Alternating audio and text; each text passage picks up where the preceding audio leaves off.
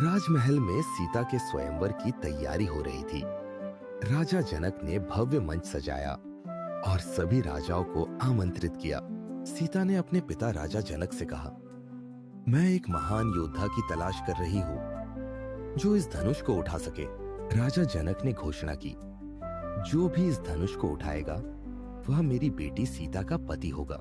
धनुष जो भगवान शिव का है बहुत भारी है।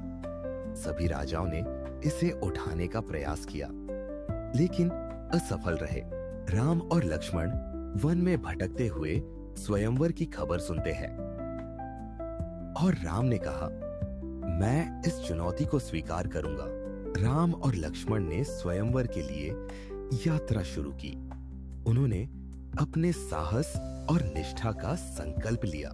जब राम स्वयंवर के स्थल पर पहुंचे तो सभी की नजरें उन पर टिकी थी। उनकी उपस्थिति से वातावरण में उत्साह भर गया। सीता ने राम को देखा और उनके चेहरे पर मुस्कान आई। उन्होंने महसूस किया कि वह एक सच्चे योद्धा है। राजाओं ने राम को चुनौती दी लेकिन उन्होंने अपने साहस से सभी का दिल जीत लिया।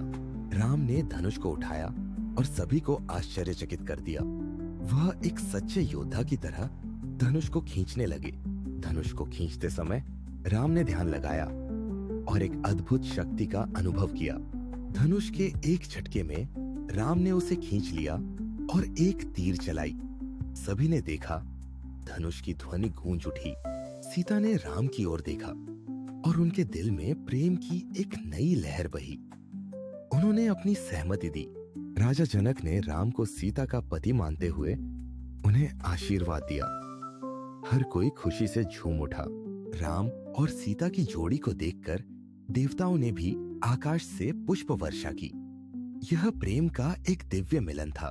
स्वयंवर की समाप्ति पर सभी ने राम और सीता के विवाह की तैयारी में जुट गए। राम और सीता का विवाह भव्य समारोह में मनाया गया जिसमें सभी देवता और ऋषि मुनि शामिल हुए। स्वयंवर के बाद राम और सीता के प्रेम की कहानियां चारों ओर फैलने लगी जिससे सभी को प्रेरणा मिली। राम और सीता के विवाह से अयोध्या में खुशियां छा गईं। लोग सड़कों पर नाचने लगे। इस स्वयंवर ने यह साबित कर दिया कि सच्चा प्रेम और साहस हमेशा जीतता है। राम और सीता ने एक साथ जीवन बिताने का संकल्प लिया जिससे उनका प्रेम और भी गहरा हुआ। स्वयंवर के बाद सभी ने राम और सीता को उनके नए जीवन के लिए शुभकामनाएं दी। राम और सीता के विवाह के बाद अयोध्या में एक नया युग शुरू हुआ। इस प्रकार राम और सीता की प्रेम कहानी ने सदियों तक लोगों को प्रेरित किया। स्वयंवर के इस अद्भुत आयोजन ने सभी को यह सिखाया कि सच्चे प्रेम के लिए कोई बाधा नहीं होती। सीता के स्वयंवर के बाद राम ने अपनी मातृभूमि अयोध्या की याद में एक महल बनवाने का निर्णय लिया। इस महल में सीता के लिए हर सुख सुविधा का ध्यान रखा गया जिससे उनका जीवन खुशहाल हो। सीता ने राम के साथ अयोध्या में एक नई शुरुआत की जिसमें प्रेम और समर्पण का भरपूर महत्व था।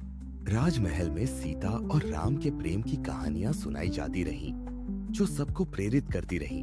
To watch more videos, please don't forget to like, subscribe and hit the bell icon.